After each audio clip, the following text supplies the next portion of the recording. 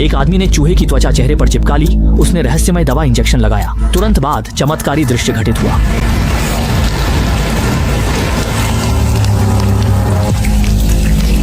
हालांकि त्वचा की वृद्धि फिर भी नहीं रुकी और जल्दी ही उस आदमी की नाक और मुंह भी ढक गए। खुद को घुटन से बचाने के लिए आदमी ने सर्जिकल चाकू उठाया और अपने चेहरे पर काटना शुरू कर दिया, लेकिन त्वचा की बढ़ोतरी फिर भी नहीं रुकी। यहाँ तक कि आदमी का पूरा चेहरा पूरी तरह से बंद हो गया और उसकी जिंदगी हमेशा के लिए उसी पल पर थम गई। यही है 2025 में न्यूजीलैंड में रिलीज हुई नई थ्रिलर फिल्म इम्यून ट्रांसप्लांट। जल्द ही 10 साल बीत गए और उसकी बेटी शाओलिन को सिंगापुर के एक विश्वविद्यालय से पूरी छात्रवृत्ति मिल गई। इन वर्षों में उसके चेहरे पर विरासत में मिले जन्म चिन्ह के कारण उसे अक्सर दूसरों की आलोचनाओं का सामना करना पड़ा। इसलिए उसने तुरंत माहौल बदलने का फैसला किया और सिंगापुर में अपनी बुआ के पास चली गई। घर में एक और लड़की थी जो उसी की उम्र की थी। नाम था एंजेला। लेकिन अलग संस्कृति और माहौल के कारण शाओलिन के लिए इस घर में घुलना मिलना बहुत मुश्किल था। वह इन सब का कारण अपनी शक्ल सूरत को मानती थी। सिर्फ स्कूल जाते समय रास्ते में मिलने वाला वही भिखारी ही था जो शायद उसकी परेशानी समझ सकता था। लेकिन अच्छी बात यह थी कि विश्वविद्यालय में शाओलिन निर्विवाद रूप से टॉपर थी। जब प्रोफेसर को पता चला कि वह अपने पिता द्वारा छोड़ी गई संदिग्ध त्वचा पर शोध करना चाहती है, तो उन्होंने उदारता से कहा कि लैब का दरवाजा उसके लिए हमेशा खुला है, लेकिन सब कुछ उनकी निगरानी में ही होगा। जाहिर है प्रोफेसर की भी कुछ छुपी हुई मंशा थी। लेकिन अभी अभी कॉलेज में आई शाओलिन के पास सिर्फ अपने पिता की छोड़ी हुई पांडुलिपि थी। आखिर इतनी आसानी से कोई बड़ी सफलता कैसे मिल सकती थी? बार बार असफल होने के साथ ही प्रोफेसर उससे पूरी तरह निराश हो गए। यहाँ तक कि उसकी जगह एक नया व्यक्ति भी रख लिया। घर लौटते समय उदास छोटा लिन जमीन पर पड़े प्रचार पत्र को देख रहा था। तभी उसे अचानक ख्याल आया कि जानवरों और पौधों की आत्मचिकित्सा क्षमता कहीं अधिक मजबूत होती है।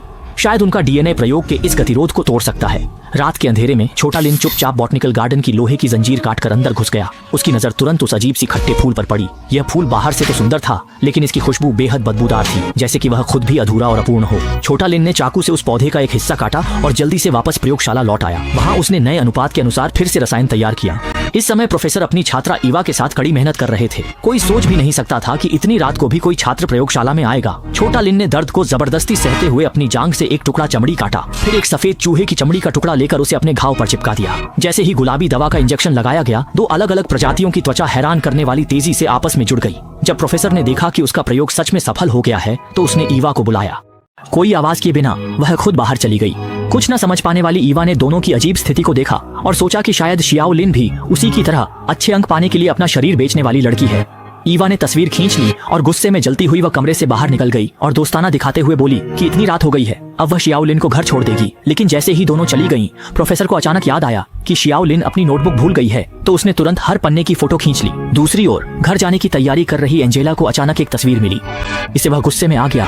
उसकी माँ हमेशा कहती थी कि वह अच्छे अंक लाने वाली शाओलिन से सीखे, लेकिन उसे क्या पता था कि शाओलिन तो पहले ही अपना शरीर बेच चुकी है। गुस्से में उसने ये बात माँ को बताई, लेकिन माँ को लगा कि वह शाओलिन से जलता है। दृश्य बदलता है। ईवा कार चलाकर पहाड़ी की चोटी पर पहुंचती है। शाओलिन जब तक कुछ समझ पाती, ईवा न सिर्फ उसकी शक्ल का जहरीले अंदाज में मजाक उड़ाती है, बल्कि उसे प्रोफेसर से दूर रहने की चेतावनी भी देती है और फिर वहाँ से चली जाती है। शाओलिन गुस्से में अपने जन्म चिन्ह को जोर जोर से रगड़ती है।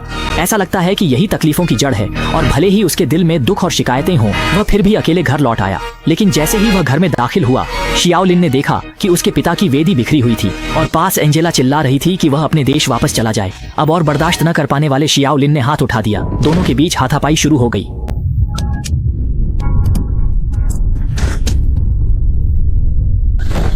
जब शाओलिन को होश आया, तब तक एंजेला की सांसें थम चुकी थीं और उसकी माँ घर लौटने के रास्ते में थी। शाओलिन ने अपने हाथ में पकड़ी दवा को देखा और आखिरकार उसने फैसला कर लिया। उसने एक सर्जिकल चाकू उठाया और अपनी त्वचा पर चीरा लगाया। फिर एंजेला की चेहरे की त्वचा को उतारकर उसमें दवा इंजेक्ट की और उसे अपने चेहरे पर चिपका लिया। दिल दहला देने वाले दर्द के बाद शाओलिन ने हैरानी से देखा कि नई त्वचा तेजी से ठीक हो रही है और आखिरकार उसे वह सुंदरता मिल गई जिसकी उसने हमेशा चाहत की थी। लेकिन तभी नीचे कार के इंजन की आवाज आई। शाओलिन घबराकर एंजेला के कपड़े पहनने लगा, लेकिन तभी उसकी मौसी अचानक दरवाजा खोलकर अंदर आ गई। अच्छा हुआ कि उसने लाश को बिस्तर के नीचे छुपा दिया था। अगले दिन मौसी ने शाओलिन से विदा ली और यूरोप बिजनेस ट्रिप पर चली गई। अब 10-15 दिन तक वापस नहीं आएगी। किसी को शक न हो, इसके लिए शाओलिन ने एंजेला के मोबाइल वीडियो से उसकी हर अदा, मुस्कान और हाव भाव सीखना शुरू कर दिया। अगले दिन वह किसी और की पहचान लेकर स्कूल पहुंची, लेकिन वह नहीं जानती थी कि एंजेला का एक गुप्त प्रेमी भी है। प्यार का स्वाद कभी न चखने वाली शाओलिन को लगा कि यह सब कुछ उसे इसी चेहरे की वजह से मिला है। दोपहर में दोनों पहाड़ी की चोटी पर डेट करने गए, लेकिन जैसे जैसे माहौल रोमांटिक होता गया, उसके बॉयफ्रेंड ने अचानक देखा कि उसके सिर पर एक घाव का निशान उभर आया है। अगले ही पल शाओलिन घबराते हुए घर लौट आया, बची हुई गुलाबी दवा को अपनी त्वचा में इंजेक्ट किया, फिर उसे दोबारा अपने चेहरे पर लगा लिया। इसी समय उसने आखिरकार देखा कि उसकी नोटबुक कहीं गायब हो गई है। उसने लैब में हर जगह छानबीन की, लेकिन कुछ नहीं मिला। तब जाकर उसने प्रोफेसर को फोन किया, लेकिन प्रोफेसर ने बेशर्मी से कहा कि यह शोध उपलब्धि अब उसकी अपनी है। गुस्से में भरे शाओलिन जैसे ही जवाब मांगने जाने वाला था, उसने देखा कि नीचे ईवा फोन पर बात कर रही है। पुरानी और नई दुश्मनी उसके दिल में उमड़ आई। शाओलिन ने कार की खिड़की खटखटाई और खुद को एंजेला बताकर उससे मदद मांगी कि वह उसे घर छोड़ दे। कार में सामने वाले की परफेक्ट बॉडी और त्वचा को देखकर उसके मन में एक अजीब सी बेचैनी उठी। घर पहुंचकर शाओलिन ने दरवाजा अंदर से बंद कर लिया। जैसे जैसे दवा का असर खत्म होने लगा, उसकी त्वचा में सड़न के लक्षण दिखने लगे और ईवा को भी आखिरकार कुछ गड़बड़ महसूस होने लगी। ईवा लड़खड़ाते हुए नीचे की ओर भागी। अच्छा हुआ कि हाल ही में लिविंग रूम की कांच की खिड़कियां अभी तक नहीं लगी थीं। ईवा आंगन में आ गई, लेकिन यहाँ का दरवाजा भी पहले से ही अंदर से बंद था। कोई रास्ता न देखकर वह धीरे धीरे पानी के टैंक में घुस गई, लेकिन पानी की सतह पर उठी लहरों ने जल्दी ही शाओलिन को उसकी मौजूदगी का पता दे दिया। शाओलिन ने उसके बाल पकड़ लिए और ड्रिल को बेरहमी से उसके सिर में घुसेड़ दिया और आखिरकार उसे अपनी छाही हुई नई त्वचा मिल गई। अगली सुबह शाओलिन आईने में अपनी खूबसूरती को निहार रहा था। अब वह इस नई त्वचा का इस्तेमाल करके प्रोफेसर के करीब जाने की योजना बना रहा था, न सिर्फ नोटबुक वापस लेने के लिए, बल्कि प्रोफेसर को उसकी करने की सजा भी दिलाने के लिए।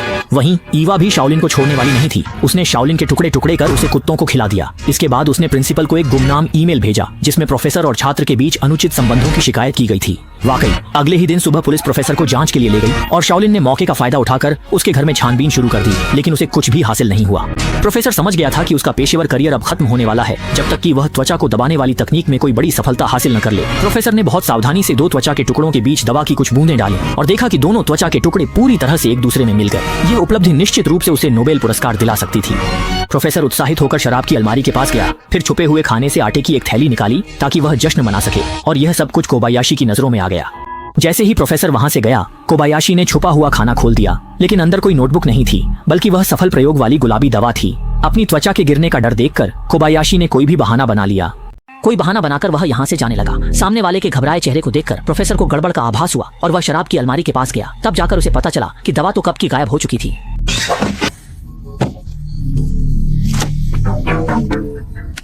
घर लौटकर कोबायाशी ने दर्द के साथ ईवा की त्वचा को उतार दिया।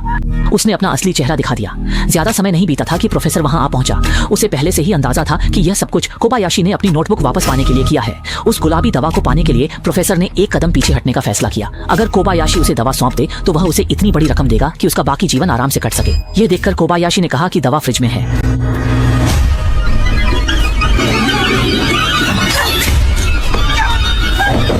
पता नहीं कितना समय बीत गया, प्रोफेसर आखिरकार जागा, लेकिन उसने डर के मारे देखा कि उसकी छाती की त्वचा काट दी गई थी। इस पर कोबायाशी ने कहा, चूंकि वह उसके पिता की रिसर्च का नतीजा इतना चाहता है तो उसकी इच्छा पूरी कर देता है। कोबायाशी ने एक टुकड़ा त्वचा प्रोफेसर की छाती पर चिपका दिया और जैसे ही उसने एक नारंगी रंग का तरल प्रोफेसर के शरीर में इंजेक्ट किया, त्वचा पागलों की तरह बढ़ने लगी ताकि प्रोफेसर इतनी आसानी से मर न सके। कोबायाशी ने तो उसके लिए एक स्ट्रॉ तक प्यार से तैयार कर दी थी, लेकिन जब वह बदले की खुशी का आनंद ले रहा था, तभी पड़ोसी ने चीखने की आवाज सुनी। वह यह देखने के लिए वहां आया कि आखिर हुआ क्या है।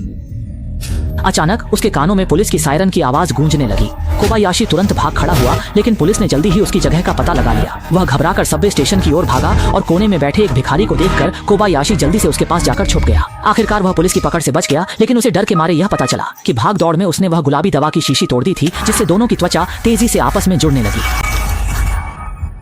कहानी के अंत में कई लोगों की जान लेने के बावजूद कोबायाशी पुलिस की गिरफ्तारी से तो बच गया, लेकिन